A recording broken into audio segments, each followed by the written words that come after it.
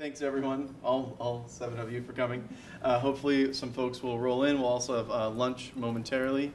The way this is going to work, we've got 4 speakers practicing for their ARA presentations this coming weekend. They'll have 15 minutes, and I'll give you like a 5-minute kind of and a 1-minute warning. And then we'll do 5 minutes of questioning as if you're at ARA, so like substantive, like, oh, did you try this kind of stuff? And then the last like 7 or 8 minutes will be feedback, verbally about their actual presentation. And then also, if you don't have a chance to like say your piece, there are feedback forms. And if you're watching on streaming, there's a Google form linked on the Eventbrite page that you can click on, and it's the same thing. It's essentially what you liked about the presentation, what could make it even better, and other comments, so that we can get those to our presenters. So without further ado, Dan Scheck. Thank you. Happy to be here. My presentation is titled The Argument for Debate. It's a multi-level analysis of extracurricular activity participation and college matriculation. So the problem or outcome of interest in this study is college matriculation. By 2020, nearly 2/3 of jobs will require a post-secondary education or training, including 30% requiring at least a bachelor's degree. However, only 66% of U.S. school graduates matriculate to college. It's either a 2 or 4 year program. So really, in the education field, we need to think of more solutions to get more people matriculated, and obviously through college to be prepared for the job market. One of the possible solutions that's been suggested is extracurricular activity participation. There's a huge literature base that suggests that there is a large association between students who participate in extracurricular activities and college matriculation. This literature base usually focuses on the structure of extracurricular activities in general. The coaches, the peer mentors, sharing of cultural norms, being supervised after school, and it rarely talks about the content of the specific extracurricular activity. So this study is, attempt to focus more on what's actually taking place in the extracurricular activity, if particular content matters.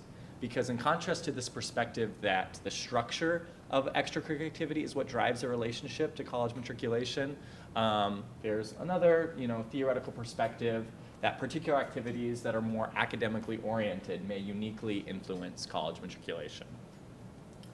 Debate is one of those activities that is plausible, where the skills that students learn on the debate team after school, where they're arguing verbally, writing, research, critical thinking, those skills are directly transferable to academic achievement, where these students may be more prepared, as well as getting the social structural benefits that extracurricular activities have been theorized to cause. And previous studies have shown this, that focus particularly on debate, that debate is robustly associated with academic achievement in high school, such as higher GPAs, higher reading and English ACT, more likely to graduate high school, and other studies have shown more likely to matriculate to college. So the present study is a little different. While studies have advanced this research justification for debate with promising findings, none have compared participation in the activity against other extracurricular programs. And unlike other previous research on debate programs, this study investigates the relationship between participation in college matriculation on a nationally representative sample of students. So my hypotheses are that participating in debate will be associated with a greater likelihood of college matriculation, and that the odds of matriculation of debate participants will be larger than the odds of participants in other extracurricular activities. The data is the National Longitudinal Study of Adolescent Health. It's school-based clustering sampling design. It has grades 7 through 12, using the public use data set for this analysis. The analytic sample is 2,913 students from 123 different schools. And this data set is unique when compared to other nationally representative data sets because of its level of specificity in the measurement of at least 30 different extracurricular activities. The other big HSLS, ECHLs, don't go that specific on which particular extracurricular activity kids are doing. So this is a unique opportunity to examine these associations. So my dependent variable is college matriculation. By the time of 2008, my explanatory variable is whether or not a student participated in debate. check that box from the survey. Covariates from the literature, which have been shown to be also associated with college matriculation, to adjust for are student characteristics such as sex and race ethnicity, and parent characteristics such as annual income, which is logged, welfare status, number of years of education. And collinearity diagnostics show measures to be sufficiently independent from each other. So my methods, I use Data 13.0 as well as the HLM software, hierarchical linear models, to check for consistency to run the analysis. I first did descriptive analysis, were carried out to determine whether there were significant differences between the students who participated in debate and those who did not, between debaters and non-debaters, among my covariates or demographic variables. And then model building under multi-level logistic regression was used to establish a relationship between debate participation and college matriculation. So here are the results for the descriptive analysis. Table 2A for the top is the entire sample, and then table 2B is the sample separated between non-debaters and debaters. Approximately 3% of the entire sample participated in debate. Give you a sense of the idea. So we see a lot of the means are similar from the sample overall. Of course, the non-debater sample is the majority of that sample.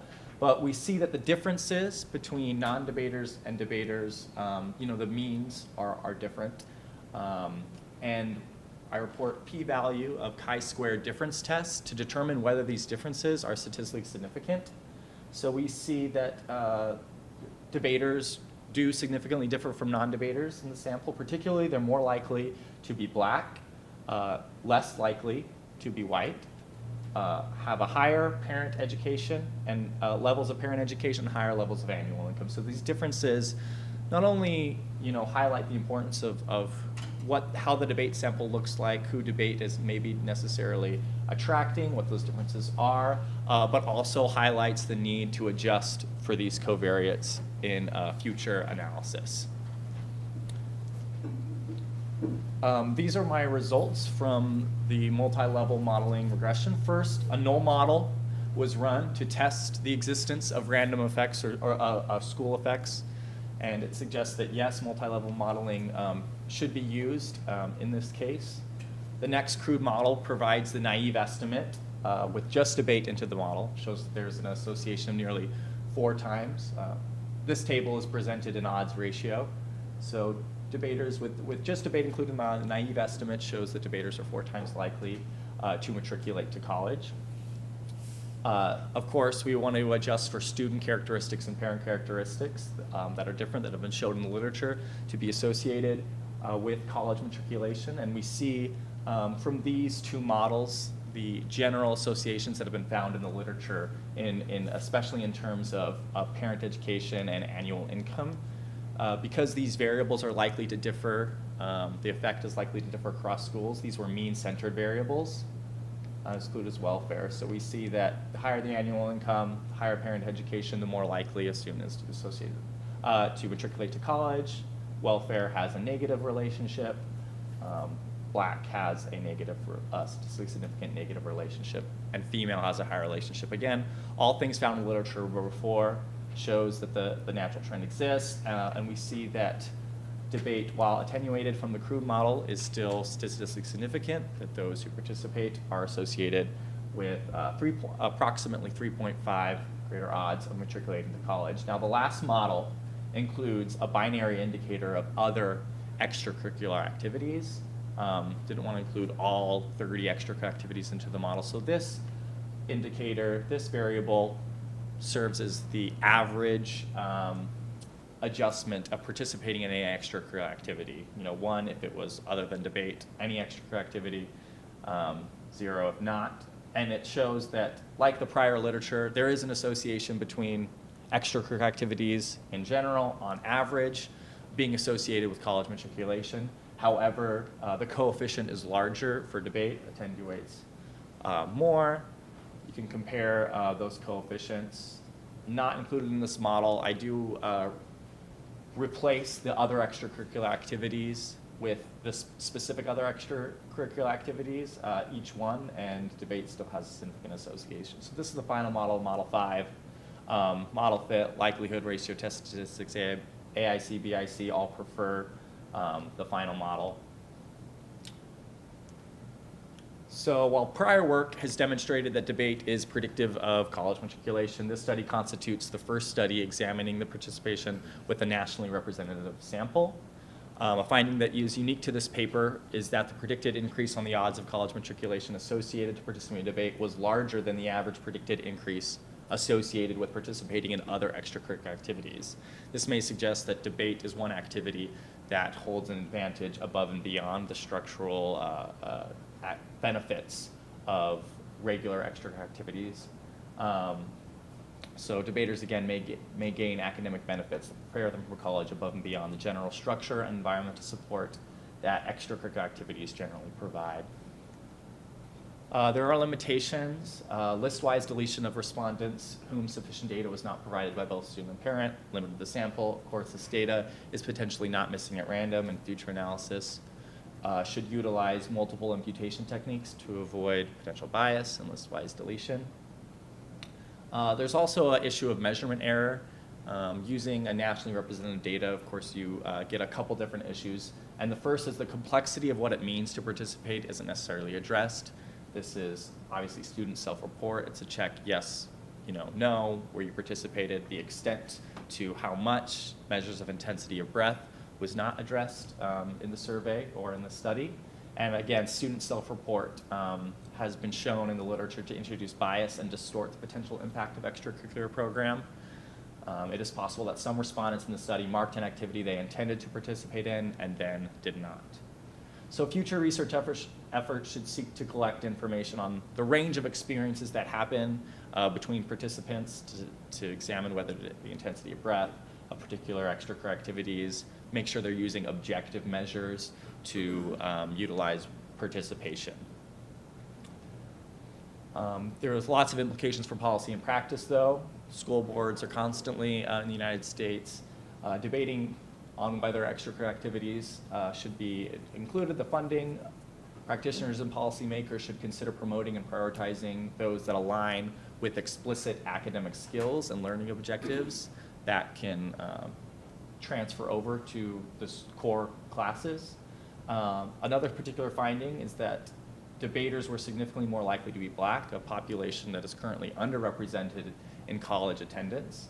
So this suggests that participation in debate may have the potential to increase college-going rates for students who are not currently well served in the existing structure. So if this is an activity that attracts a particular subpopulation that have low levels of achievement in the outcome. This also leads to other future directions that I'm currently working on.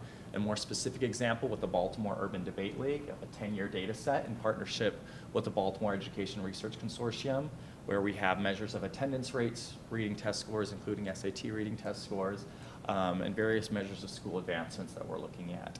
Another unique thing in this data set is that it includes a pre-adolescent sample participation of grades 4 through 12, where we can compare rates in outcomes of students who debate earlier on in elementary and middle school as opposed to high school and see if the associations are larger. This uses objective measures of tournament attendance with partner with the Baltimore Urban Debate League, so we can see those measures of intensity and breath. How many tournaments are these attending? How many practice sessions? How many years have students participated in the program? And this is also that urban low-income student of color sample where debate may be particularly advantageous. So if you have any questions on the study or my future concerns, please feel free to let me know. Thank you. All right, so the first question is if we're at ARA and your audience member, just to... Yeah, Kelly. So, sorry, is there a microphone? There's no. Can you not hear her? Is it? We can pass this around. So too. I recognize that your study is focused on extracurricular debate, but in many high schools, debate is actually a co-curricular program offered as a class. how do you sort of account for the fact that students may have access to debate that you're not able to see through this analysis? That's a very good question. This, again, you're right, only asks the extracurricular activity, participation, debate. Debate can happen in class in a variety of forms. Taken together because it's a nationally representative sample, I'm hoping that those, effects would not manifest themselves, that on average debate is important after school, or again, extracurricular outside of the school classroom. And I think these results suggest that the more of the after-school participation, these things that happen in debate should be incorporated into the classroom. But no, on average, taken as a mean, this is above and beyond anything that they would be experiencing in the classroom. Yes, Elizabeth. Oh, should we just use this one and pass it around? Well, then they can't hear you. Well, we can Yeah, swap it. switch it. That's Yeah, fine. yeah. So I was wondering, what do you think about the age of the data, right? Things are very different now than they were in 1994 for, adolescents, whether that, is it still as generalizable today, what you're finding? Yeah, that's a very good point. I have, I think that nothing, too much has changed in terms of policy. Of course, in the college matriculation literature, it may be becoming more hard for students to go to college with the prices increase, and that may have something to do with students prioritizing their time elsewhere for extracurricular activities. But, this was from 2008. And so I think that's recent enough to make some associations, to make some of the results to be generalizable. Just following up on that, is that self-report data a follow-up sample in 2008, or how do you know the college matriculation data? Yes, it's self-report data. Okay, and it's quite a long time difference since 1994. So that it's like 14 years out in some. Mm-hmm. So there must have been a big gap of Sure. missing data in the self-report. Is it just in 2008, or were there? You see what I'm saying? Yeah. Were there multiple points of getting access to college matriculation data? It was just in 2008. So what was the size of the sample that actually responded to the question in 2008 after 14 years? It was 2,000 students. Okay, so you just took the number of students that actually were findable after Yes, 14 years. correct. Okay, I get it. Okay. So my bigger question is about the causal implications that you are implying, but I would like to hear you speak about the, what kind of causal conclusions you can draw from the data or cannot. Obviously, you can't make any explicit causal conclusions Yeah. from the data. These are just cross-sectional associations. If anything, this kind of serves as for policymakers and practitioners, kind of like a highlight, a flag for students. You're right, there may be no causal explanation, but if we see that there is a large association between students who participate in extracurricular activities or debate in general, then this may flag to practitioners in the education field that these students may be on the college-going track, which can influence policymaking. But no, I'm hoping, in future directions with more advanced techniques such as matching, inverse regression propensity score analysis, that we can kind of remove that selection bias that is inherent in cross-sectional design. So that's definitely something to address in future research. But with a thing like extracurricular activity, where we can't randomize, Right. experiment, Yeah. force students to participate in extracurricular activity, then this level of analysis may be, as far as it goes. Okay. I had another question real quick, but I'll see if somebody else. Okay, so I think we should switch over to feedback on the presentation, get to the meta level. You can also, if you don't want to say it out loud, put it on the paper, but if anyone has anything they'd like to share, Dan's ready. I'm ready. All right, here we Yeah. go. I thought it was very clear, very clearly presented. I'm going to write down some specific things about size of print on the tables were way too small, but Okay. I thought you did a really good, very clear, very clear. Thank you.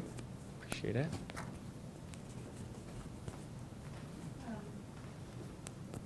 First Elizabeth, and then we'll, yep.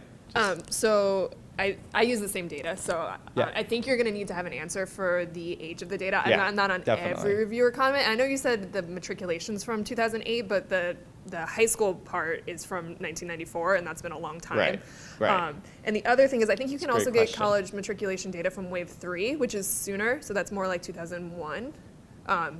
Problem is you'll have an age gap, right? Your older students will have had longer to matriculate than the people who are younger in the sample. Right. I think that does include, yeah, it uses the wave 4, so I think the variable I'm pretty sure incorporates the wave 3 that I use, but that's a Yeah, I'm good just, check. you Yeah, might yeah, want to yeah. check just because a lot of people use the data, so they'll Right. know what's in the waves, so you might want to, know where it is because you Great said it was point. only in wave 4. Thank you. And then you might want to add, I was wondering the difference between the people who got deleted from your list-wise deletion versus who you kept and how many people you actually lost, because I Right. think the public access is like 6,000, but I don't know how many get followed all the way to wave 4.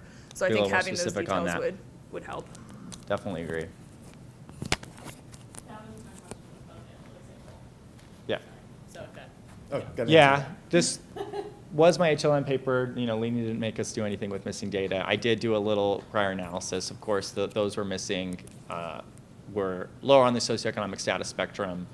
Definitely, probably, skews the sample. And have more specific on the percentage of the sample that got deleted. Definitely important. If you go back to the first slide, Um, to me, it wasn't very convincing. You were making an argument that 2/3 of the jobs Yeah. are needed Didn't it- post-secondary and only 2/3 of the students are matriculating. That doesn't feel, it Mhm. didn't feel very convincing to me. I kind of agree.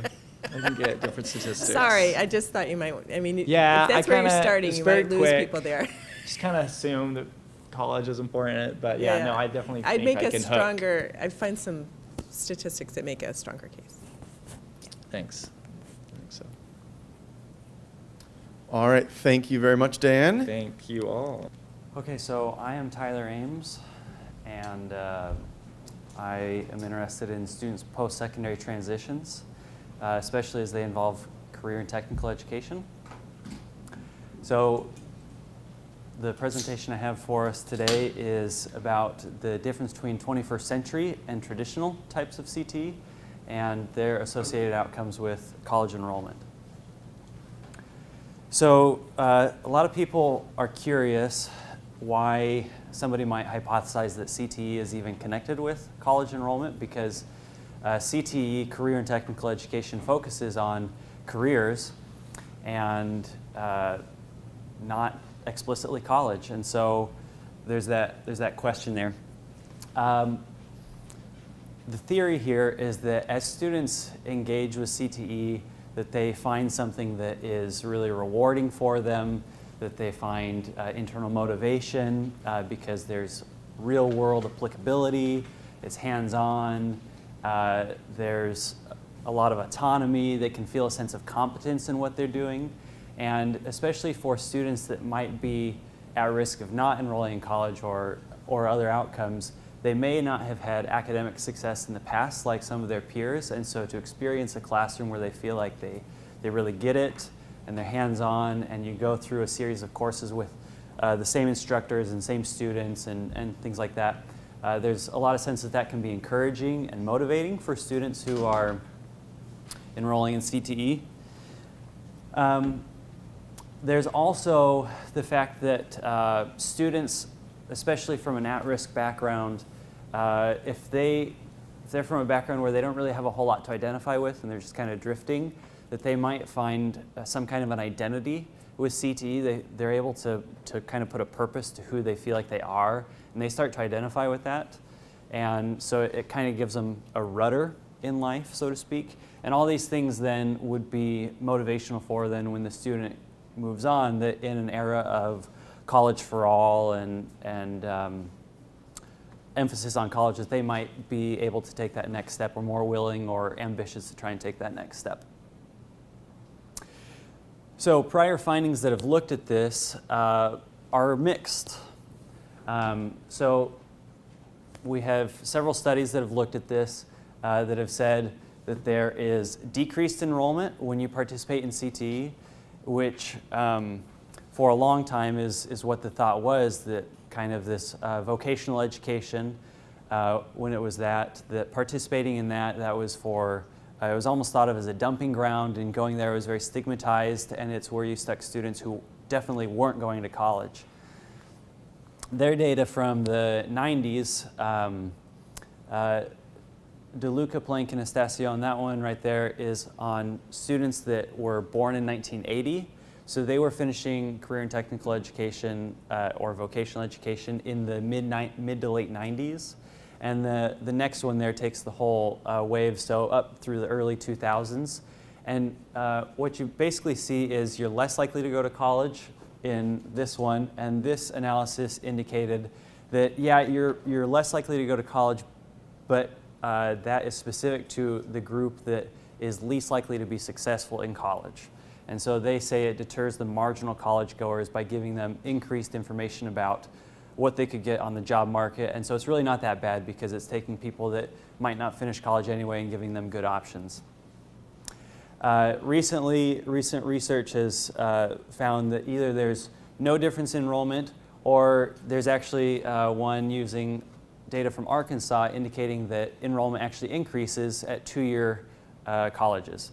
And so we're starting to see a no harm finding and even possibly a benefit here. And so why are we seeing this discrepancy in the literature? I'll call your attention to the dates of these studies, data from the 90s, early 2000s, and more recently. And that'll come into play here as we go through this. Because vocational education has shifted into CTE, and so the program that's being evaluated is changed, presumably, from the 1980s, 1970s on through current day. And so I think that's one element of it. As it changed, the federal authorization for funding is called Perkins, and that was reauthorized successively, and each time in the standards movement and in light of a nation at risk and so on, there was this push for more academics. And so with each reauthorization, the federal stipulations were that CTE had to include more academics, until finally in 2006, all CTE programs were actually required to align with post-secondary programs. And so everything that you could take had to align with some kind of a, in case you're interested in going on, here's what else you could do. And we also get the official renaming to CTE. So then we have to ask ourselves, is CTE really different from vocational education? In order to understand what's happening, is it really different? A lot of people believe it is, and there's some recognition that we're probably not entirely there, but we're moving that way.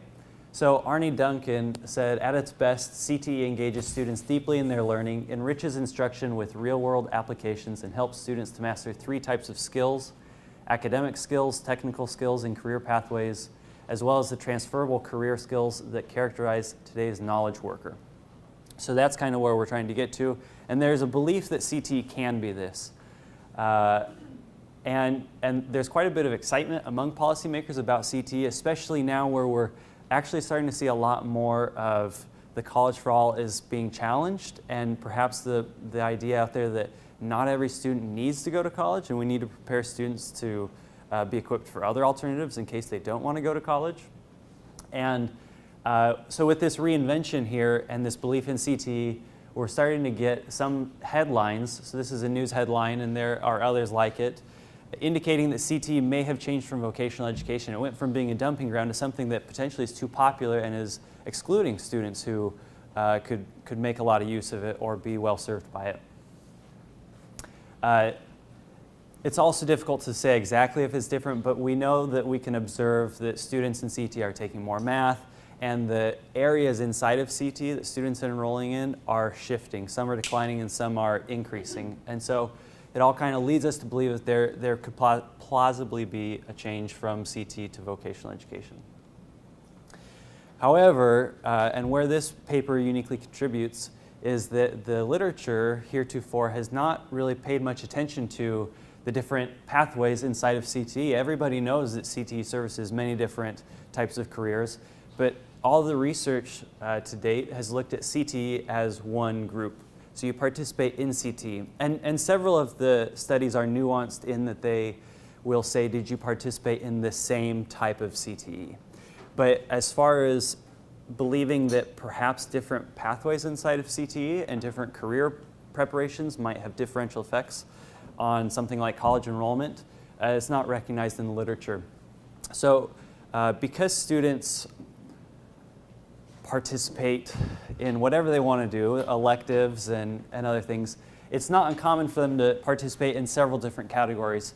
So instead of looking at them each one by one, I've separated them into two so that I can get clean groups, students who only participated in this one, only participated that one, and students who participated in them both. And I've parsed them into traditional things that you might have seen in traditional careers that would have been serviced by vocational education: manufacturing, public service, tourism, hospitality, architecture and construction, which when you actually look at the courses is a lot of woodworking and construction framing. Human services, transportation, which is less looking at how to do transportation through a complicated city and more like auto mechanics, and agriculture. And then the other one that I've parsed out is what I've labeled 21st century careers, like computer science, communications, which is things like video and graphic design, business and marketing, health science and engineering. The data that I'm using is from the high school longitudinal study of 2009. This is important because the last reauthorization of Perkins was in 2006. And so it is using the most up-to-date data that would reflect this newer change in CTE to actually show CTE instead of vocational education. I'm looking at exposure to CTE, and I'm adjusting for the total number of credits earned. There's a lot of talk in the literature about concentrator or academic to CTE ratios, but because it's so, the comparison groups are not concrete, then I've just adjusted for the total number of CTE credits, which is also something that is seen in the literature. Missing data I've imputed, and so I'm using 10 sets of imputed data. And my analytic sample is students who participated in CTE, so they've already elected to participate in CTE. They've graduated by the summer of 2013, so 4 years from the beginning. The data started in freshman year. They had a transcript on file, and we knew if they were in college or not the fall after high school. We'll look at the descriptive data. So traditional, 21st century, and both. So a student will only appear in one of these three columns. Either they did only traditional CTE, only 21st century CTE, or they did both types. And here's the aggregate. And what we see across these comparisons is that from traditional through 21st, and you could slot this in the middle, what we see is that the 21st century students actually have higher math scores in the 9th grade. They have they complete academic courses at a higher rate, and they are more likely to be in a Catholic or a private school. So looking at the models then, what we see, and the comparison group here is students that participated in both, all right? So maybe they were interested in both, maybe they couldn't make up their mind, whatever it was, students that participated in both. The looking right here at the full model, students who participated only in traditional CTE were the odds of them going to college were 24% lower than students who participated in both. And the odds of a student going to college who participated in only 21st century is 29% higher than students who participated in both. We also see that the difference between schools, the variation between schools decreases by roughly a third once you include the indicator for what type of CTE was being participated in. So coming out of this, then, one might jump and say, it looks like 21st century causes increased college enrollment, but I want to caution against that because of the descriptive statistics that would show that these groups were not equal at the beginning, and the school variation that showed that it explained for a lot of difference, which to me says that there could be quite a bit of inequity potentially in the schools, a lot of bias that's going on before the sample was ever selected. Perhaps schools that have a habit of sending kids to college tend to offer only 21st century programs. And perhaps schools that know that a lot of their students don't go on to college provide more traditional types of pathways. Additionally, students who are good at academics and they feel like they know where they're going, they might be drawn to things like pre-engineering, where they wouldn't be drawn to something like woodworking. And so I think that there's a lot of self-selection in there that continues to need to be parsed out. And I think one of the interesting parts about this is that it shows the trends inside of CTE, where CTE is being looked at as a whole. I think we gain a lot by looking at beginning to parse it down into smaller groups and beginning to look at some of the heterogeneity within CTE that I think will begin to bring a lot of clarity to the confused findings that we showed at the beginning. So I think that there's some equity. And the last thing, and where my work is going right now, is that the comparison group I also feel like needs a lot of work. Students in the 21st century that are higher academic performers, they may be enrolling potentially in senior year when it's an elective course for them, and they're not using CTE maybe to the extent that students enrolling in traditional CTE might be. And so I think that all the students that get lumped in here, I think it's kind of fuzzy, and at best, I think what we have here is an encouraging sign for CTE that potentially, as we move into the 21st century, it could potentially help prepare students for careers and college. And I think there's a lot more to investigate as far as the within CTE heterogeneity. Thank you.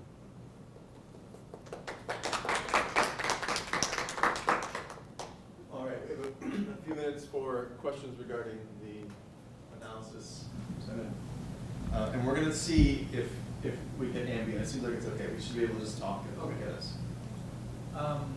My question concerns your analysis with the comparison group. Why don't you make non-CTE participants the comparison group if you compare to the traditional 21st group? That's a great question. The reason that I did not include non-CTE participants, when you look at the demographic and descriptive statistics, what you find is it's kind of a weird group. So you've got people that are really high flyers and people that are really low achievers. And kind of the typical high school experience is to participate in CTE. If you look at national statistics, you've got more than 9 in 10 students earn CTE credits during the course of their high school. They earn almost as many CTE credits as math or English or science. It's really quite a common experience. And so the typical experience for a typical high schooler is to participate in CTE, and to not do it in this sample or in this data set would indicate that you are kind of an outlier. And so to get the most typical experience is why I excluded and did not compare to them. That's a great question. Thank you. It would be helpful to have like a size, the total size of the sample and percent of students who did not participate at all, just to That's support great that. too. For information, my sample is 12,000, and it's about 1,000 that didn't participate. Okay, yeah, that's but good. I'll put that in the slide. Other questions? On one of your slides in the middle, you kind of position CTE, one of the ways it's changing is that you put it in the debate of college for all, maybe not. Were you suggesting more that CTE can be a replacement for college if it's in 21st century skills, or that it paves the way for college? I don't believe that CTE as a whole should be advertised wholesale as a replacement for college.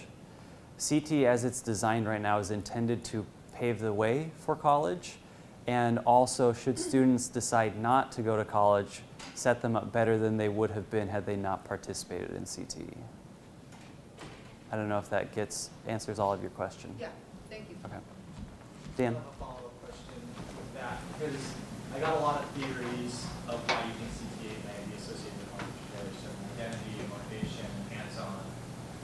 And obviously you bring up this debate between the differences. And I'm wondering, as a CTE scholar yourself, what do you think is important? Because it's obviously not those things if These things. if traditional CTE has identity, motivation, hands-on, you're succeeding at something. So I'm not sure that it's not these things. In fact, I think that it could be that where we're seeing the amount of variation between schools that's explained by just where students enroll.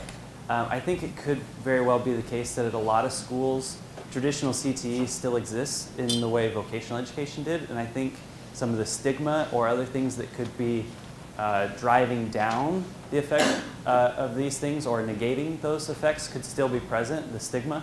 And I think that it's entirely possible, the jury's still out, that once you take those things away and students as a whole are just participating without being a dumping ground, I think those things could still be in play, even with traditional CTE.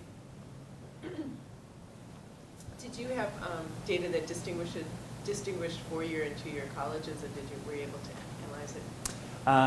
I do have 4-year and 2-year and certificate. I haven't analyzed it in this. What the research would indicate would be that there are no gains in 4 years, 4-year enrollments, maybe some negatives depending on which study you're reading, and then the 2-year is either stable or increases. So all of the gains would be at the 2-year, almost certainly. All right, I think we'll shift gears to sort of feedback on the presentation itself. If anyone has, and obviously, if you don't want to say it out loud, you can write it on the feedback forms. It's simple, but some of the stuff is just hard to read. Like the font's a little small, and then like this one is a good example. Like I can't read any of the things with the pictures. Oh, these things? Yeah, and the tables and stuff. I think Right. just making things bigger would help.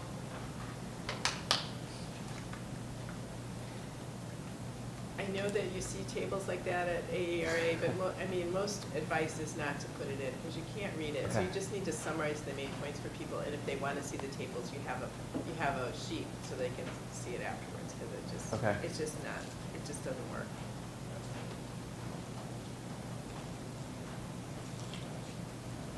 Anything else? Maybe it's just the structure of the presentation. It seemed like it took a while to get to the so what, or like your Yeah. contribution.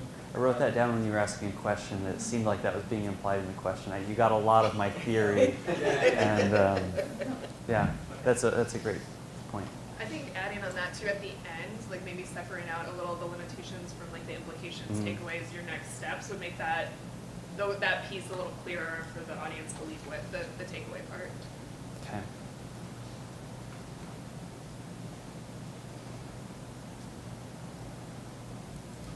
Awesome, thank you everyone. So we'll take a couple-minute break. So most of the time in educational research, we talk about educational achievement and attainment. But actually, since their inception, public schools have been tasked with preparing students for active participation in civic life here in our democratic system. This is crucially important. That civic engagement can take many forms in adulthood, but at the end of the day, if people don't vote, our elections cease to be seen as a legitimate way to select a leader. People lose faith in government and trust in their elected representatives, and our democracy ceases to function. So this paper really focuses on how do schools get people to vote, because it's a crucial role that they play. The fact of the matter is we know education is related to voter turnout. Educational attainment and political knowledge are some of the strongest predictors of who votes. But the role that civic educational experiences play in determining voter turnout remains unclear. So what sort of civic educational experiences am I talking about? In 2003, the Civic Mission of Schools report came out that highlighted from the literature 5 promising practices of civic education after years of research. And those are the practices that this paper is going to focus on as potential determinants of voter turnout. These include 2 in-classroom experiences and 3 out-of-classroom experiences I'm going to talk about a little bit more.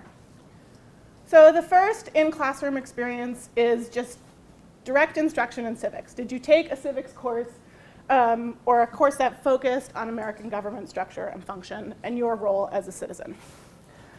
This seems like a really straightforward way to increase civic engagement, but in the late 60s, this famous study, Langton and Jennings, found that in fact, civics education in school was not associated with increased civic knowledge.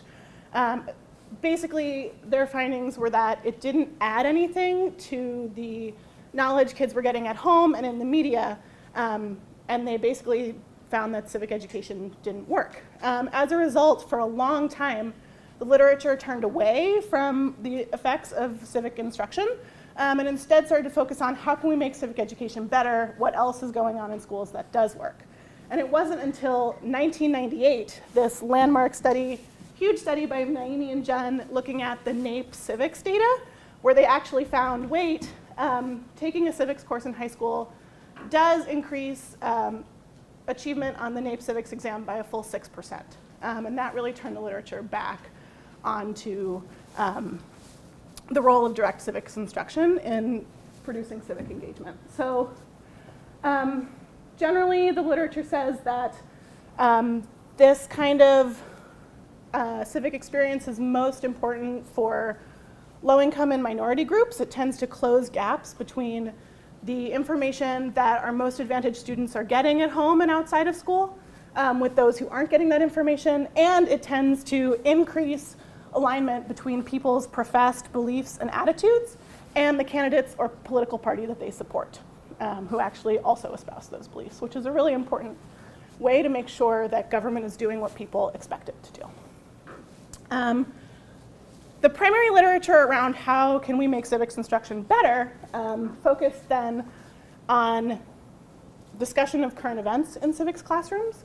Naimi and Jun in that same study found that when you combine civic instruction with regular and well-moderated discussion of current events in the classroom, that 6% increase jumped to 11%. So there's a lot of literature that looks at sort of the qualitative impacts of discussion of current events in terms of your appreciation for diverse viewpoints, your ability to express yourself, and willingness to engage in political discussion. But one of the most important findings in this area is David Campbell, 2008, who found that regular discussion of current events in an open classroom environment increased students' intent to vote and to become an informed voter, even after controlling for a number of SES and other factors, which is one of the most significant findings we've had in this area. Now I'm going to turn to non-classroom practices. So these first two are extracurricular experiences, both opportunities for service, so service learning, community service, volunteering, and participation in extracurricular activities have been shown to be strong predictors of civic engagement, so belonging to groups, lots of different ways to be civically engaged, and also intent to vote later in life. One of the big problems with these two practices is that the literature around them is rife with selection problems. We really don't know if students who participate in these kind of extracurricular activities as young people do so and then it habituates them to do that as adults, or if they participated because they were already predisposed to that sort of activity. So while we know that these activities are strongly correlated with civic outcomes, we don't really understand how they function or if there's something else going on there. And then finally, I would say this is our least well understood promising practice, is the democratic climate of the school itself. So for most students, school is their first interaction, sustained and prolonged, with a state government institution. And the way that they perceive that institution will shape and define how they perceive their interactions with government institutions for the rest of their lives. So students who perceive their schools as being fair and equitable and like a place where they have a voice have a higher sense of political efficacy. They believe that they actually can make a difference in their world, that government can do things for them and listen to them, and that in turn is expected to increase their likelihood to vote as adults.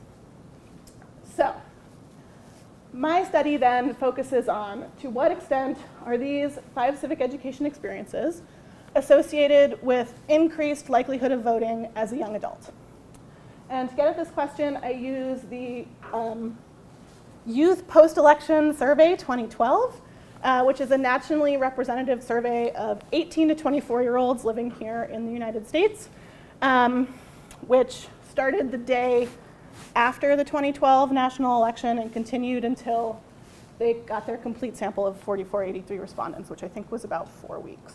I use a analytic sample that's a subset of 4101 of those respondents. So this sample is somewhat unique. This is a really difficult demographic group to get information about, primarily because they tend to live in temporary housing or move around a lot. Most of them are in college dorms. It's hard to know where they are at any given time. So my sample includes students for whom we had baseline demographic data and who weren't missing more than 20% of the response variables used in this analysis. Missing data is both missing by design, it was a block design, and somewhat missing at random across those students, but my subset is statistically similar to the nationally representative sample. These are my sample demographics. One thing I do want to point out is this survey specifically slightly oversampled Black and Hispanic students or young people in order to conduct subgroup analyses. But the survey weights pretty much range from 0.85 to 1.15, so it's very close to a nationally representative sample of this group. My outcome variable is a binary indicator for whether the respondent self-reported voting. About 60% of the respondents in this sample self-reported voting. And we know that nationally, turnout in this age group was closer to 50%, 48%. This is not at all unusual. Pretty much every survey that talks about voter turnout estimates turnout for two reasons. Number one, there's a social desirability component. If somebody asks you over the phone if you're voted, you're likely to say yes. And number two, there's a correlation between the types of people who complete surveys and the types of people who vote. So when we look at voter turnout surveys overall, this is actually a pretty good estimate relative to some of them that get much higher than this. So we do have to be considerate that this is not perfectly nationally representative. It does somewhat oversample sort of pro-social youth, but it's a pretty good national sample of 18 to 24-year-olds. My 5 independent variables mirror those 5 promising practices we talked about. So the most important one I would say is took civics. So these are students who recall whether or not they took civics in high school, whether or not they discussed current events, and other things. I want to talk about a couple of important covariates, especially education. So because this is a sample of an age group that is typically still in school or has not yet completed their post-secondary education, education is measured as relative progress. So it's a deviation from an age-specific mean of educational attainment for that group. And then I also want to talk a little bit more about political competition, which is one of the most important confounders in this analysis. So living in a battleground state or a state with local political competition is strongly correlated with taking civics. Students who live in battleground states, about 86%, or young people, about 86% of them reported taking civics, only 82% who don't did. This is really strongly statistically significant. P is less than 0.01, I believe. And there's also much higher turnout in battleground states than in non-contested states during national elections. So these are my baseline estimates of the association between these independent variables and voter turnout. So our naive estimate is that taking civics is actually related to an 11.6% increase. Sorry, I use a linear probability model here. And for this sample, interestingly, discussion of current events is not related or associated with voter turnout. I think this is more to do with the way that this particular variable is measured from this data set than with a lack of any actual relationship in real life. I'm not trying to make a case that discussion of current events doesn't matter. So after I add in my covariates, 2 of these promising practices remain strong predictors of voter turnout. The first is taking civics, which has a, what is it, this button?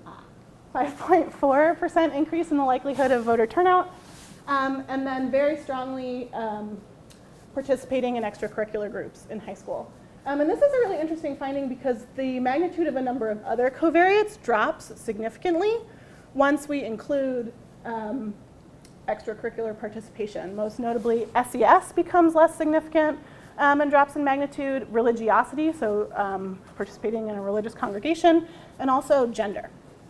And then in my final model, I include all of the predictors together, and taking civics does remain a significant predictor, as well as participation in extracurricular groups in high school.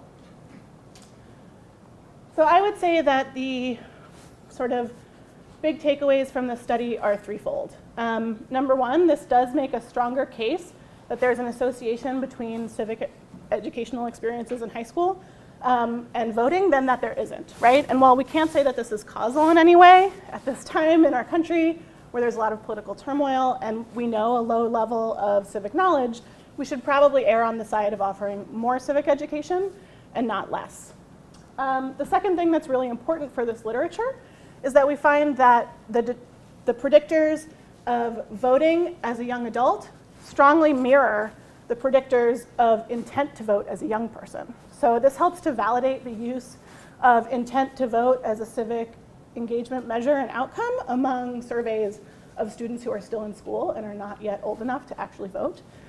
And then the third thing is this interesting relationship between who participates in extracurricular activities and the effect of those extracurriculars on voting as an adult. There's clearly a lot going on in there that we don't understand, and that should be a new direction for research, is to begin to unpack who participates in what kinds of extracurricular activities and what the effects of those different sorts of extracurricular activities are.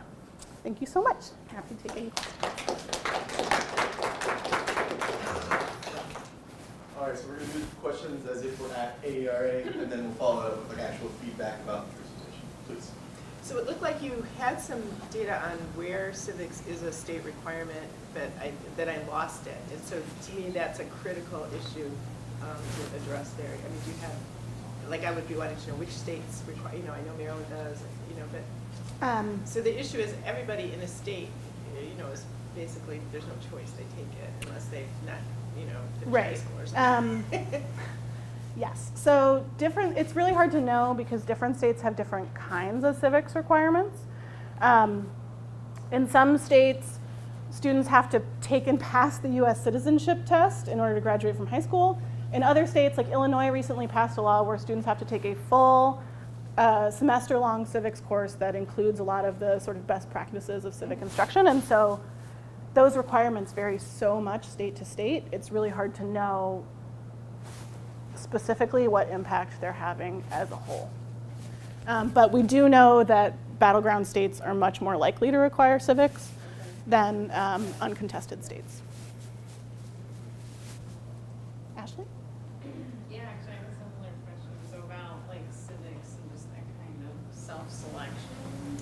So I don't know if I wasn't listening to it, you might have already explained it, but is civics usually a requirement? Because in that case, is it this case where you have states or schools that are more like, they have those democratic climates and it's really, they take civics, but really it's the whole school that's making that. I don't know if you know anything about those dynamics potentially, or if it's something you've looked into where you're like, yeah, I do need to. Again, it varies a lot school to school. So in states where civics is a requirement across the state, obviously, so Florida is a really good example. Florida requires civics as a 7th grader, and they have a statewide EOC that students who took civics must pass in order to move on to the next grade.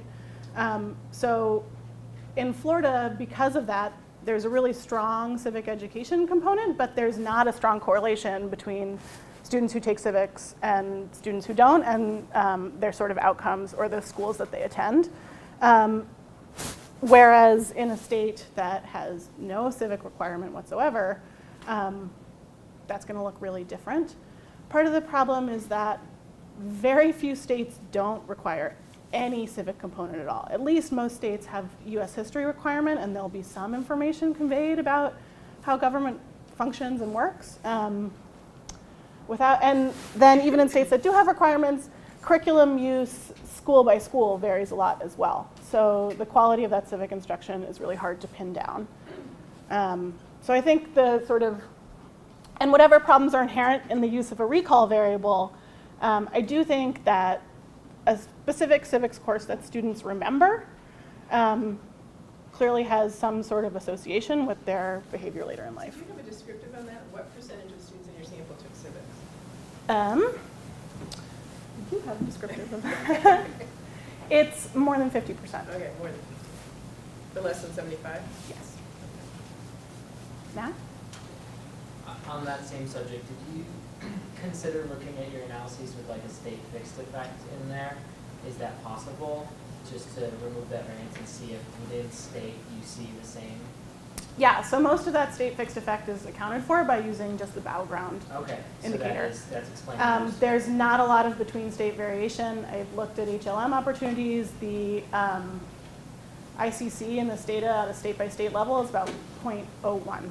So there's not a lot of value in direct state by state comparisons. It also shrinks the sample size so small into each state that you can't really draw meaningful conclusions.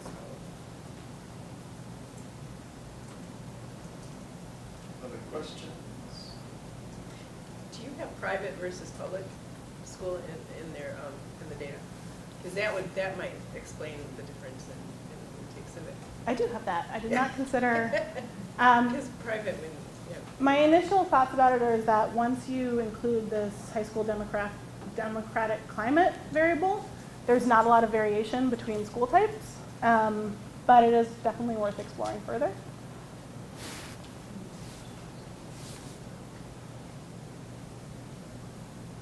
All right, now we'll shift gears to feedback on the actual presentation itself. And also, if you don't want to say it out loud, you can just write it down on the feedback forms. I thought it was very clear. And your tables were much easier to read. So, I mean, it's however you fix them. I mean, that's an example of a table that was easy to read. Posted all the details.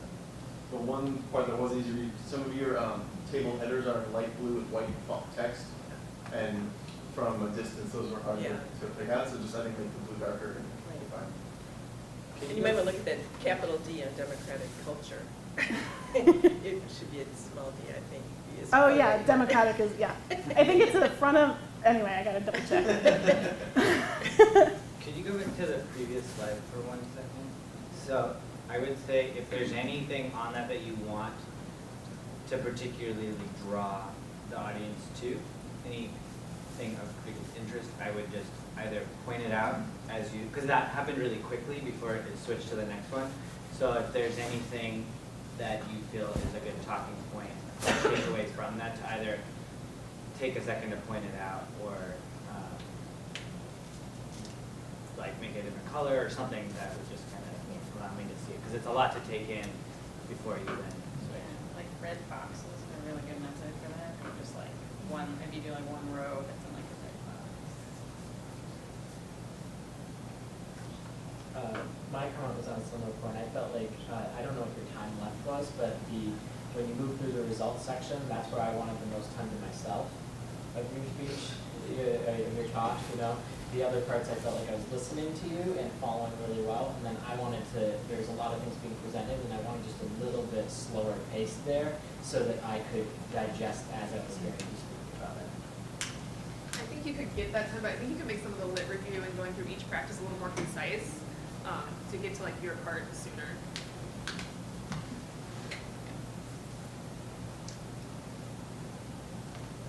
All right. Great. Oh. Sorry. At the very end, when you're talking about the extracurricular component, there is some literature that talks about who does and why and what with respect to extracurriculars, and I think that maybe just turning your point around a little bit to pose the question about the relationship between your conversation and that conversation is maybe a different angle that you could take, at least just to put it out there that you know about that literature. Right, yeah. I mean, it's a really complex sort of, yeah, thank you. I think the way that I phrase that is messy.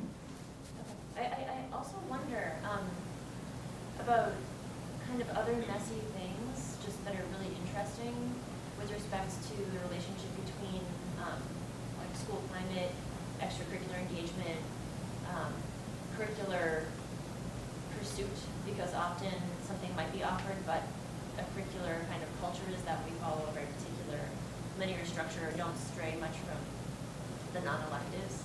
Those kinds of things, I think that that's actually a really interesting conversation that this presentation kind of makes available, just for those implications. All right, we're going to take, let's thank Kelly one more time. All right, we're going to get started in a second. Does anyone not have the next feedback form for me? This is awkward, but I'm just going to. Everyone ready to go? Okay, great. All right, before I start on my presentation, I just want to say thank you to Regis and Tim for getting all the technology set up and streaming. Thank you to the folks who are watching streaming. There are a couple, which is exciting. And thank you to all of you for coming. Lunch, et cetera, is all supported by the Alumni Association and the School of Education, so snaps and claps to them. Very nice. And I think that's everything. Oh, and this is part of the Schoolhouse Talk series. We have another one coming up on April 25th. Professor Lini Jian will be presenting her work in the Great Hall at 4 p.m. So just keep an eye out for that. All right. So now I will start this part. Okay. So thanks you all for coming. I'm David McKinney. I'm going to be presenting some work I did with collaborators Eric Ruzek at University of Virginia, Jeff Grigg at Hopkins, and Carolyn Parker at American University. We'll be talking about the development of a scale, or the validation of a scale that's measuring motivation in a young group of elementary science students in an urban setting. So I'll go through the purpose of what we were doing, give you some educational context for where we got this data, some background on the theory. I'll show you the survey items we used to measure motivation. And then we'll look at some results, starting with correlations, confirmatory factor analysis, look at some age differences, and then we have some predictive validity results. I'll summarize, and then we'll have time for questions. So the basic purpose behind this was simply to validate a very brief 9-item measure of student motivation in the expectancy value cost motivation framework, specifically for science, and we'll get into what all those words mean in a second, but that was like the main purpose. We also took advantage of the fact that we had a unique sample, and so it was just interesting to see if motivation operates similarly in students in this group rather than in sort of the standard white American or European students that this research is often done with. So the context is this is all within an NSF-funded math science partnership between a university and an urban school district. The main goal of the project was to improve STEM education in grades 3 to 5 in 9 schools. And then there were also 5 more schools recruited for a total of 14. And as a part of that, we went in the spring of every school year that we were in there, and we did a survey. And so this data is from the 2014-15 school year. And so you can get a sense of the sample we have.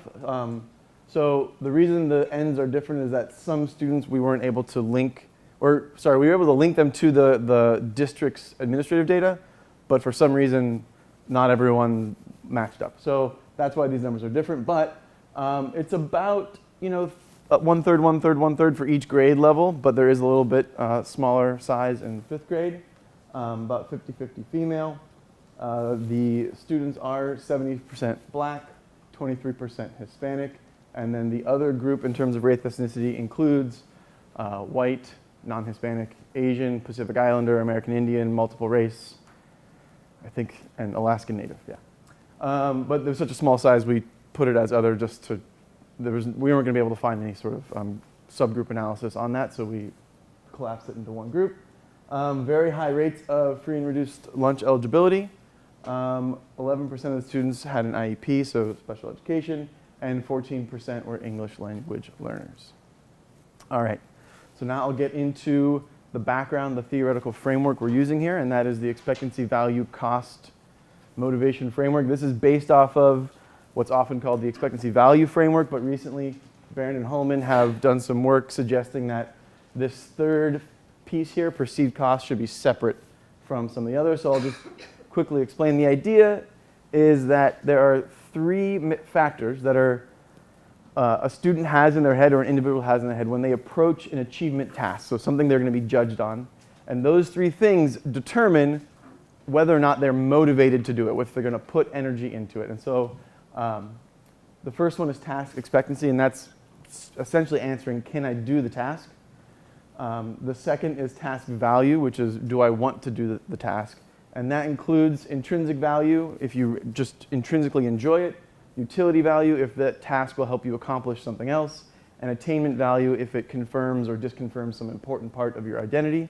You're going to have more motivation to want to do it, so the reasons you want to do it. Now, prior to this work, cost was a fourth value, but there is some evidence that perhaps it should be separated, and so we're going to take that framework and see if we can find support for cost being sort of a separate factor in this model.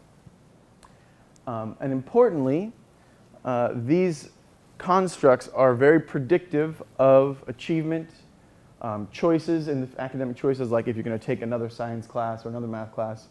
Very importantly, they're domain specific, so if you want to understand science achievement, you have to ask questions about science class or science after school programs, so it has to be task specific.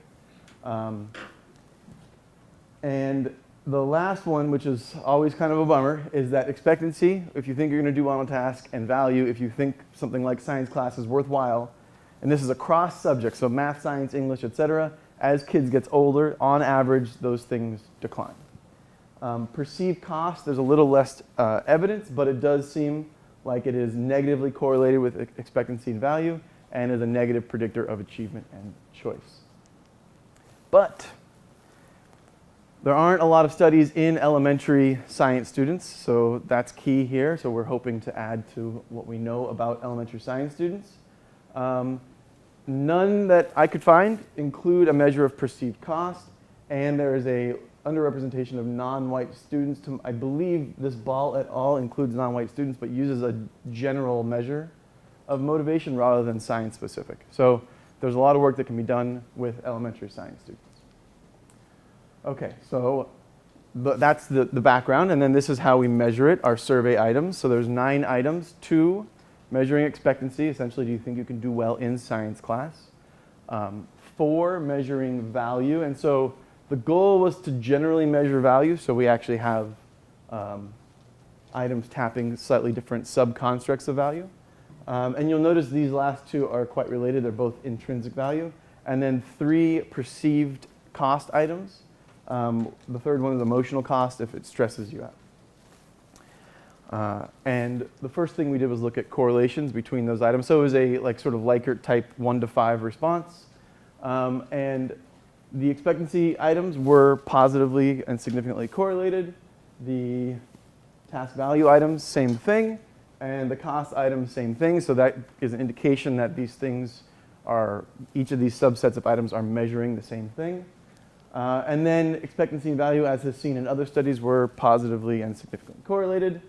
And then there's a negative correlation, more or less, with expectancy and cost, and same thing with the values and cost. So it looked like things were operating the way they have in other studies.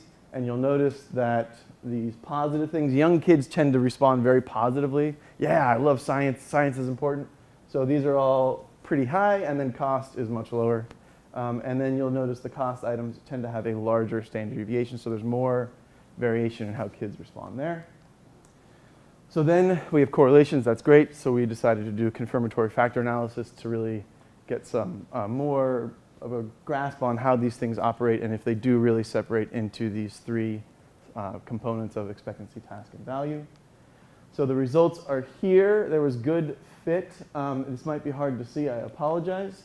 But in general, the 3-factor setup did work quite well. We did correlate the residual errors here, because remember, these are the 3 intrinsic value, the 2 intrinsic value items, so that helped the model fit just a touch. And so then so we have our factors. It fits the data well. And so then we asked ourselves, does this model differ across our different subgroups, which essentially is establishing measurement invariance we want to see. Do these items measure motivation the same in boys and girls? in black students, Hispanic students, and our other group in English language learners or not, IEP, and so forth. And we were able to do that for the most part. And once you do that, and across age. And once you do that, you can then estimate latent mean differences. So the latent factors are unobserved, but you can find the differences between them. And so that is why this table looks a little strange, because these are all relative to each other. So a negative value tells you that the 4th grade is lower than the 3rd grade, okay? So that is what's going on here. So if you look at the mean, the latent mean difference in expectancy from 3rd to 4th grade, this is just, again, comparing the 2 grades. It decreases. Comparing 5th to 4th grade, sorry, not decrease, it's less than, lower. And then finally, comparing the 5th graders to the 3rd graders, it's much lower. Not quite significant, but pretty close. It's essentially 2 standard errors away. Values also are much lower in 5th graders, as is cost. This was sort of a surprise, but also we didn't have any like a priori idea about what would happen here, because there isn't a lot of evidence out there about costs. But in general, people say motivation goes down, so you might think that the costs of doing things go up, but perhaps that's not true.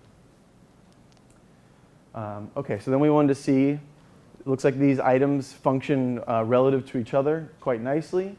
We see that there's a lower expectancy and value with age, as we've seen with other studies of these similar items. So we want to see, does it predict achievement? So we have a science assessment, which is the state standardized 5th grade science assessment. So this row is only 5th graders because there's no 3rd and 4th grade assessment. And then these are the entire sample.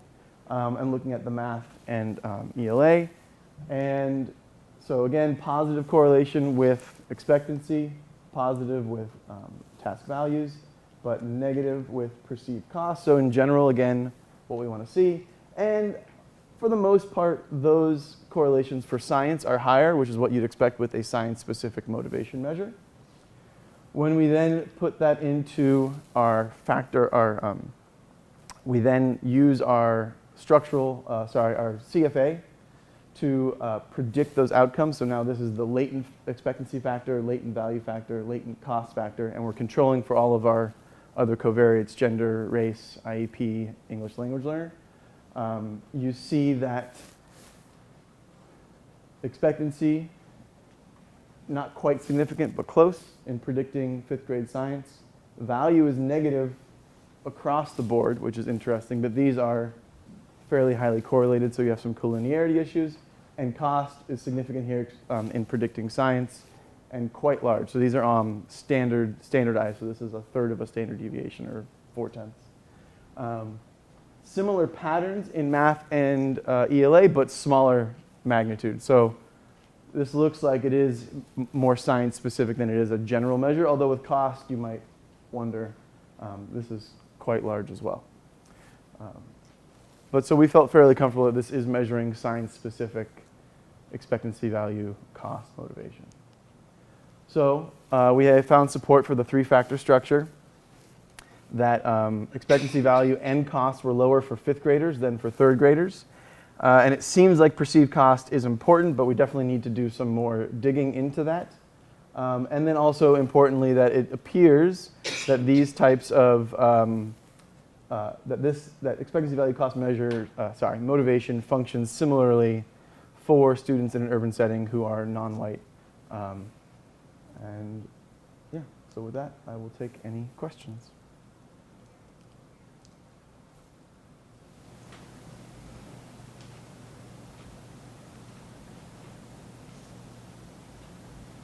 How did you get Baltimore City to link, to let you link the survey data and the achievement data?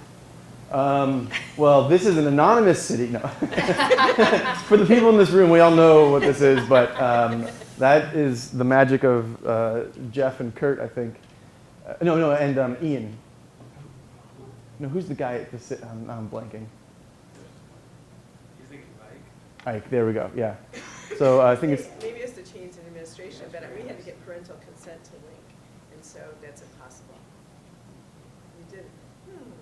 Interesting. There's somebody who changed positions between. Because that's critical. I mean, that being able Yeah, it's excellent, yeah. Also, I mean, The district was a partner in this Yeah. particular project, so. Oh, they were in part in the other one too. Yeah. They kindly asked for it. Over and over. What would your recommendations be, which are really just the same way,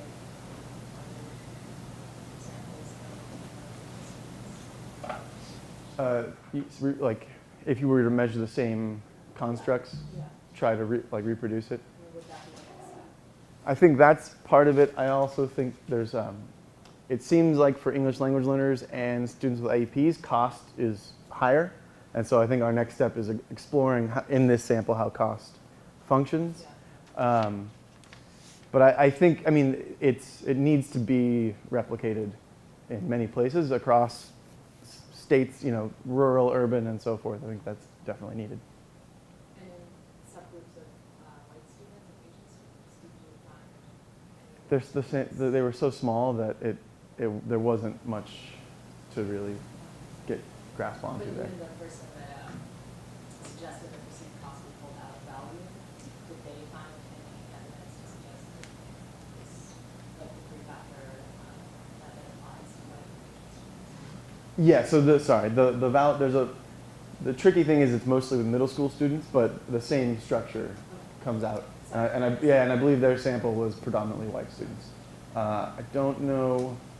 Oh, and then there's a sample from Southern California that's predominantly, I think, Vietnamese and Latina, and they were able to reproduce a similar factor structure in 7th graders. So there is some evidence that it does operate, at least at those broad race ethnicity categories, which are imperfect, but at least in that sense.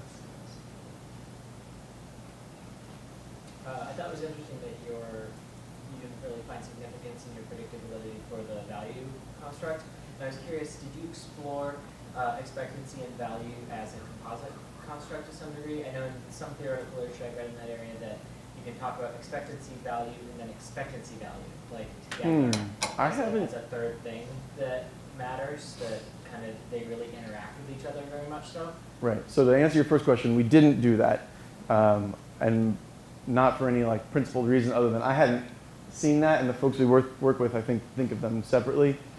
There is quite a bit of work that's happened in the last 10 years of looking at interaction coefficients, because now there are now methods to do interactions with latent factors, which there hadn't been, or reliable ones, 20 years ago.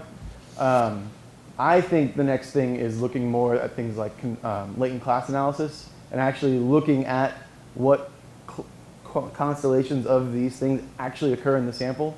Because right now, even when you do an interaction, you're like, oh, high expectancy, low value, but do those kids even exist?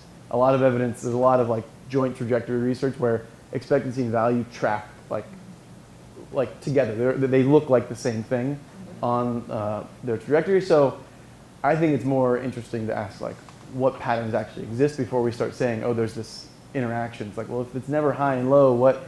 Yeah, so it's a good question.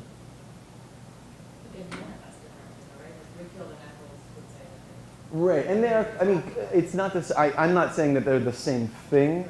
It just seems like, at least on the time scale that we measure them. So most of these studies are once a year, maybe twice a year. There's one in college students that's over the course, like 3 measures over the course of a semester, so that's better. But there's not a lot measuring weekly or bi-weekly, right, to know how quickly these things react to each other. But it does seem like when it's measured every year, like when you care more about something, you also do better at it. And when you do better at something, you care more about it. So while we can talk about them distinctly, it seems like they travel together within the student. But that's still something we don't know because we'd have to measure, I think, on a tighter time scale. Well, you had the correlation matrix, which they were correlated but not really, I didn't say anything about 0.3.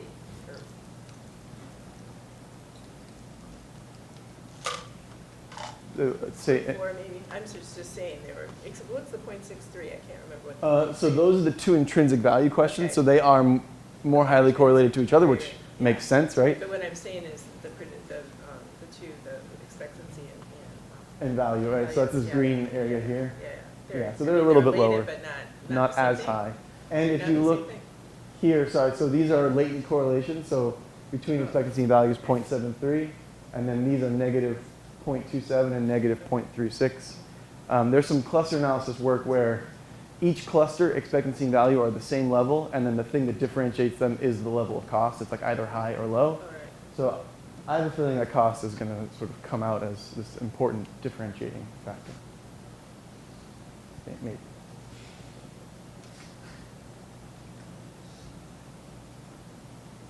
All right, feedback on, this is very weird. Anyway, feedback on the. I thought you did a really great job. My only thought was about the organization at the beginning. The slide that starts with what we know. Yeah. Maybe switch that one for the one before. For people unfamiliar with expectancy values, I'm curious why we would not receive the cost. Yeah, I agree. I need to, I think, just, when I was thinking about how to say this, I had already made the slide and I was sitting there and I was like, oh, this is not gonna, I need to like start with expectancy value and then pull the cost, yeah. Yeah, and it's like avoidance step. Right. And then I guess the main question, about halfway through your presentation, you said, does this model, essentially manifest the cost groups? What if you had started with that at the beginning? So basically turning things higher. Maybe you did. Yeah, I mean, I think, so measurement and variance, it all depends on how you like forefront stuff, but like, it's sort of a standard procedure that people do, which is why we did it, just to like, whatever groups you can identify in your sample to make sure that it, so it's tricky, right? Because this is like a validation paper, but there's also interesting implications for students of color in elementary urban, right? So like, I struggle to know which thing, yeah. Yeah, along those lines, overall your pacing was really great, but you did make an explicit point of mentioning, like, you want to see if these things happen across different groups and if it's valid across all these groups. And then the only way you tell us you did that is like, it also be controlled for all these things. And so I just thought if you're going to specifically mention that that's what you're doing, then maybe highlight where that's happening, or just kind of. I think it's, I think I just keep it till, we found measurement variance for age and then present the next thing, because it is distracting. I was like, as I was saying, I was like, this is going to make them think I'm coming with like 8 more graphs of all this, and I'm not, so thank you. Tyler? First of all, I liked the overview slide. That was helpful. On your graphic, the one with the circles. Yeah, it's really fuzzy on this, isn't it? Yeah, but that wasn't what I was going to make a comment about.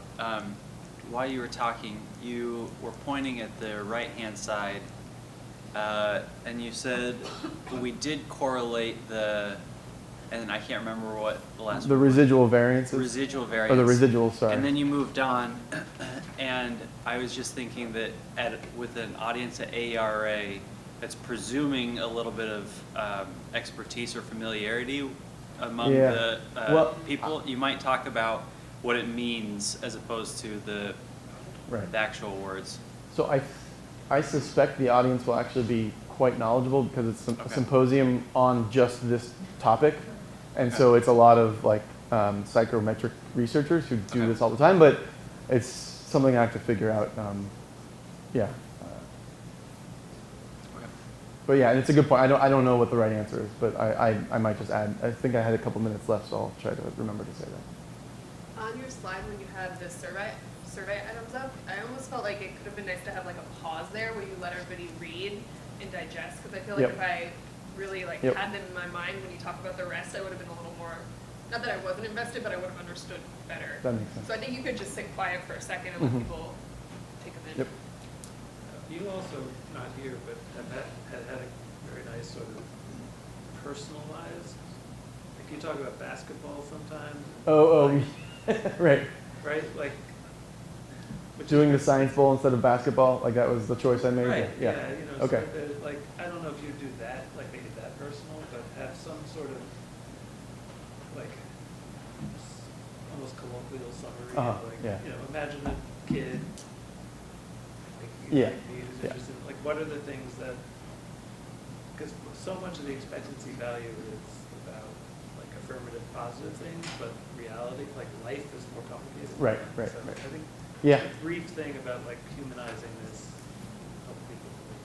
That And you makes can talk sense. about the science, but Yeah. Just really let my nerd flag fly. that's right. With that crowd, no. Yeah, yeah. Ashley?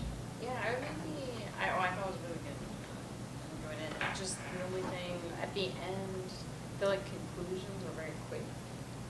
And kind of, yeah, maybe just spending more time about like, so we went through all this and it's really cool, but like, what are our takeaways? Like, where do we go from here? So just maybe spending a little more time Yeah. on that. Yeah, for mine it is. Yeah. Yeah, I'm sure it's. Is it possible to focus on just student models instead of all? Possibly, yeah. What is the audience for this particular presentation? Well, I mean- Forum? I mean, I know that's ARA, but. Yeah, it's a mention it. symposium on measuring expectancy value cost in diverse samples of students. What Okay, section, but not what science section or SIG is it? I think it's motivation. Motivation. Yeah. Motivation It is SIG. not science specific, Um, to my knowledge. Yeah, no, I don't think it's science. I have a question for you, but it's a really theoretical one, and I'm trying to figure out how to say it efficiently, and I'm not there yet. It's about, it's sort of in the so what category, but it's actually, it's not meant to challenge in that tone. Sure, But yeah. We're familiar with this, it's part of the culture of our curriculum. Because, so I've been doing a bunch of reading about science education for a series of reasons. And sometimes I see the reason why we are trying to attract students in science articulated. And sometimes I don't see why science is important or articulated, and then it rests in these kind of unspoken normative ideas that usually rest in labor market hierarchies. And Yeah, all which these other I'm- kinds of yeah. things. So in some ways I feel like clarifying that may or may not be what you want to do. But I'd be curious to talk about it more, maybe here, maybe later. Yeah, I mean, just my quick answer is one, I generally am a science literacy for all will help us all navigate this ridiculous world we live in that has technology coming at us from every angle. And that's generally why I think science education is important. For this, I'm just kind of like, everyone takes science. We need to understand why some kids want to do well and some don't, right? Like on a very basic, like we have compulsory education, and part of that compulsoriness is you take math, you take English, you take science. So like, to me, like that's where this lives right now, currently. It doesn't make that right or wrong. That's just why I didn't bring up the reasons why science is important. So you could, I see that, I mean, that's sort of a safe place to bracket it so Yeah. that you don't need to get into. Right, because it's not about that right now. Eventually, I'd like to get there. Yeah, and I feel like the fact that you're working with an instrument to measure what could potentially be a contribution to that dialogue more broadly, that's an invitation to expand. But I see what you're saying. Right. This might not be the 15 minutes. Right, it's like, yeah, 15 minutes you got to pick. But it's a fair point. But to at least say maybe something like science is important, hey. All right, thank you everyone, and that's it.